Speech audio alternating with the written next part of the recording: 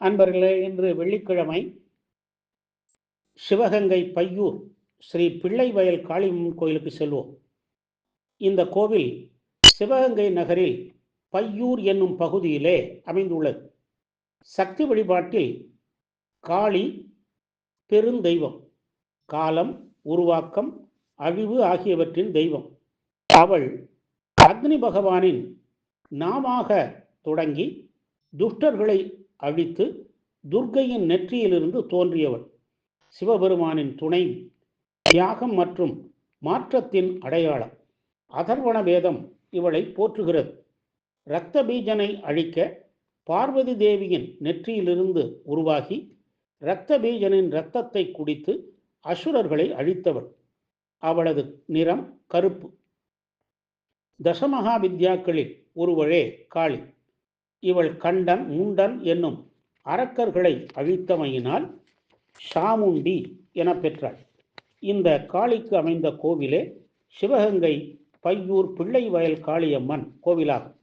குழந்தை வரம் வேண்டுவோருக்கு உடனே மகப்பேறு தருவதால் இவளை குழந்தை வரம் தரும் பிள்ளைவயல் காளி என அனைவரும் அழைக்கிறார்கள்.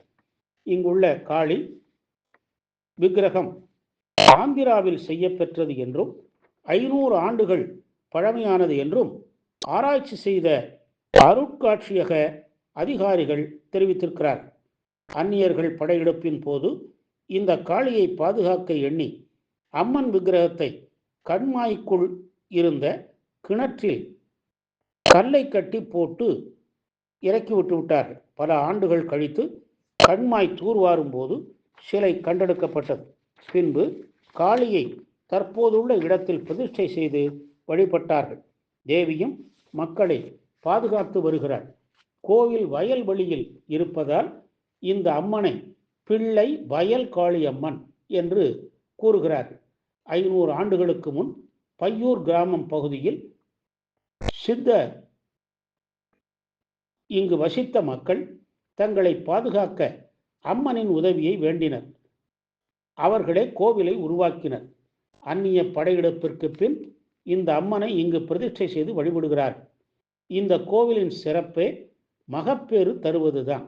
திருமணமான தம்பதியர் இந்த கோவிலுக்கு வந்து வழிபட்டால் அவர்களுக்கு மகப்பேறு கிட்டிடும் என்பது நம்பிக்கை. பிறந்த குழந்தைகளுக்கும் பிறக்கப் போகும் குழந்தைகளுக்கும் இவளை பாதுகாப்பாக இருப்பாள். திருமணத்தடை உள்ளோர் வெள்ளிக்கிழமைகள் சென்று தீபமேற்றி வழிபட திருமணப்பேறு கிட்டிடும்.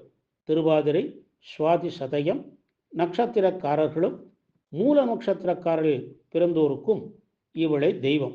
ஆனி கடைசி வெள்ளி காப்பு கட்டி அதற்கு அடுத்த வெள்ளிக்கிழமை விமர்சையாக திருவிழா நடைபெறும்.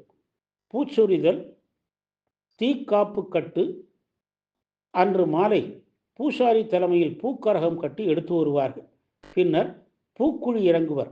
அதன் பின் பாலாபிஷேகம் உள்ளிட்ட அபிஷேகங்கள் நடைபெறும். சிறப்பு வழிபாடும் நடைபெறும். மகப்பேறு அளித்து சிவகங்கை நகரில் காவல் தெய்வமாக விளங்கும் பையூர் ஸ்ரீ பிள்ளைவயல் காளியை வழிபட்டு நற்பேறு பெறுவோமாக.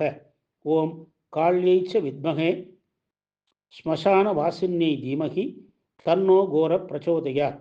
ஓம் சக்தி பராசக்தி.